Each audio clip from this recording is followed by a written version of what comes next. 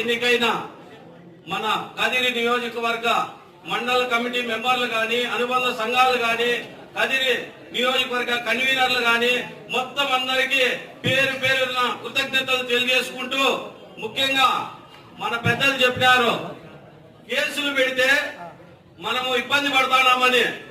మనం ఇప్పుడు ఇబ్బంది పడతాం.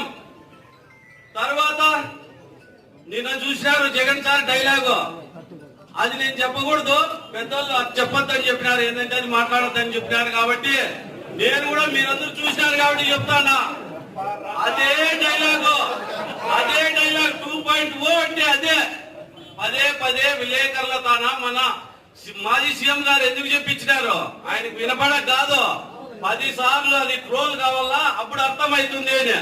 మీరు చేసే అధికారులు కేసులు పెడతాన్నారు, మీరు ఎక్కడ పోతారయ్యా? సప్త సముద్రాల అవతలు ఉన్నా జగన్మోహన్ రెడ్డి పిలుచుకొని వస్తాడు. మీరు రిటైర్ అయిపోయినా కూడా మీరు తగిన మూల్యం చెల్లించుకోవాలా.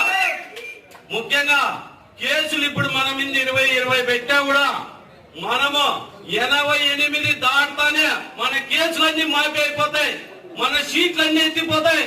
ఎటువంటి ఇబ్బందులకు గురి కావాల్సిన అవసరం లేదు, ఎవరు ఇబ్బంది పడాల్సిన అవసరం లేదు.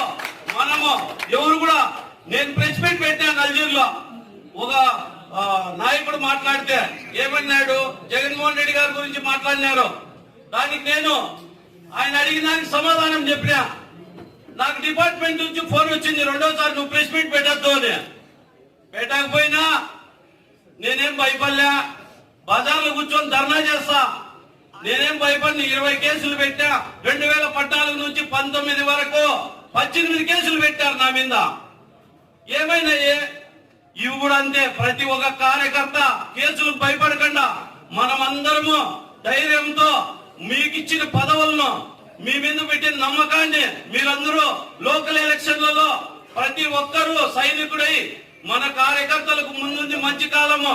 ఇప్పుడు కష్టపడిన వాళ్ళకే ఉంటుంది, వెనకుండి రేపొస్తాం మాపొస్తాం అనే వాళ్ళకు ఉండదు. సీట్లు ఇప్పుడే పిలప్ అయిపోయినాయి, పట్టదు అన్నకు చెప్తాన్నాం. మన సమన్వయకర్తకు అజెండాలు కొనుక్కున్నా, ఇంకా ప్లేస్ సాల్దు మనకి రమేష్ కూడా చెప్పారు. ప్లేస్ సాల్దు. కదిరి నియోజకవర్గంలో వైఎస్ఆర్ సిపిలో కుర్చీలు ఖాళీగా లేవు. ఇప్పుడు మీరు వచ్చి పార్టీకి పనిచేయండి. ఎవరన్నా రానోళ్ళు ఉంటే కూడా వచ్చి పనిచేసి మన కుర్చీని పదిలం చేసుకోండి. రేపు పొద్దున మీకు విలువ ఉంటుంది. ఈ అవకాశం ఇచ్చిన పెద్దలందరికీ పేరు పేరు నాకు కృతజ్ఞతలు తెలుసు. నువ్వు కరెంట్ ఏం చెప్పని ఆఫ్ చేసుకో. నీకు అది టౌన్ లో ఎంతమంది నిన్ను తిడుతుంటారో అర్థం చేసుకో. మేము సాయంత్రం అయినా కూడా మేమేం లేచిపోము, చెమట కార్తాన్ని కూడా ఏడే కూర్చుంటాము.